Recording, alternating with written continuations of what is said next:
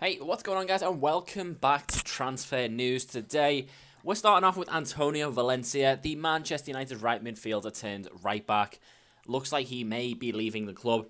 Obviously, with Mourinho turning up, he's going to have a big clear out, and it wouldn't surprise me if Valencia went. Galatasaray are rumoured to be interested in him. I think he'd be a solid player for them. Anyone who goes from the Premier League to a Turkish club just obviously will do well because the standards are just so much higher. Valencia will probably end up being a right winger again if he went to Galatasaray anyway. Next up is Fabio, aka Fabinho. Manchester United again. Rumours in this guy. I don't know why I put him as a Monaco player on this, but Manchester United are interested in signing him. Basically, would be a replacement for Antonio Valencia, and he would obviously get his slot at right back. Guy's only 21, so I think that is a deal that could turn out to happen. Something would be a long term deal for Manchester United, as in to get a new right back. They've also got a left back in Luke Shaw, and I think they've obviously got two centre backs now in Smalling and Barley, so they're trying to build basically a whole new team.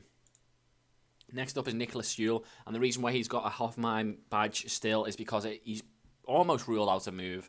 Today he's came out and I quote, he's happy where he is because he is very close to his family. It's not far at all, to travel and stuff like that. I think obviously moving to England would pretty much kill that off of any chance of seeing his family on a regular basis. So I can't see him moving unless it would be for another German club nearby.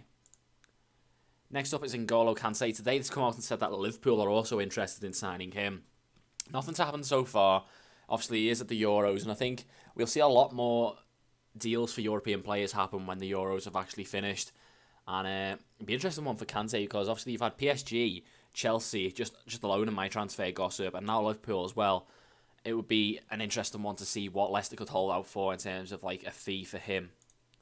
Next up is Marco Verratti, the big one today, and he is quoted as £79 million.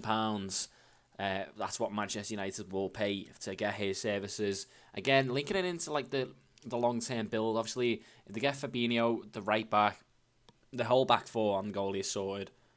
They just need to sort out the rest. Obviously, Verratti's more of a holding midfielder, which would play a key part, really. Someone to play the passes. I think Carrick's finished. He's just there just to basically help Mourinho ease in. They need some more young blood coming in. Verratti would pretty much fit the bill there. But they obviously still need another centre mid, probably, and a few wingers and striker. They're not far off, though. That's a worrying thing for Man U. Next up is Feghouli. What a transfer this would be to get this guy for West Ham. I think am I right to believe that he may be going for a free contract? I'm not too sure on that one. I'll have to read into it a bit more. But Feghouli is getting rumoured to go to West Ham. That would be absolutely mental because I rate him highly, especially that card. Look at that card on terms of FIFA. 90 pace, 86 dribbling. Imagine him in the Prem. But for West Ham, he could be the guy who goes on the other side, basically, to Payet. Obviously, Payet drifts out to the left-hand side. Feghouli would probably drift out to the right-hand side. And then they'd have a striker, say MNEK or Valencia, whoever plays up front for them, would then be up front. That would be a crazy front three, so keep an eye on that one. Next up is Jordan Veretout. He's obviously in an Aston Villa kit still, badge still on this, but he's looking for a move, and a few European clubs are interested in signing him. Had a bit of a lackluster, season for Aston Villa, but I think that was mainly down to the fact that he was playing for Aston Villa and whatnot, and based on his ability, I think he could be a good player. There's a few glimpses of him being good, but when you play that badly in a team, you've got to hold part of the blame as a player yourself. Next up is Zielinski. Apparently he was going to Napoli in a permanent deal, but that since broke down. The player himself apparently has came out and said he wants to move to Liverpool instead and work under Jurgen Klopp. Don't know how true this is. Obviously, the guy is only 21. Will be a long-term signing. On FIFA, he's a centre attacker midfield, which is interesting. And I think that this deal could go free. Obviously, he's being pictured in a Liverpool kit. So, as to if that will happen or not, I think it's a strong possibility.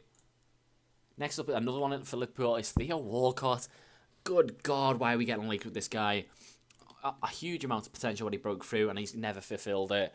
Apparently 25 million again, which is the rumour that was rumoured for West Ham. I don't know whether his agent is just pumping these deals across, trying to gather some interest for Walcott and get some money for Arsenal, because 25 million for a player who hardly played last season is absolutely ridiculous.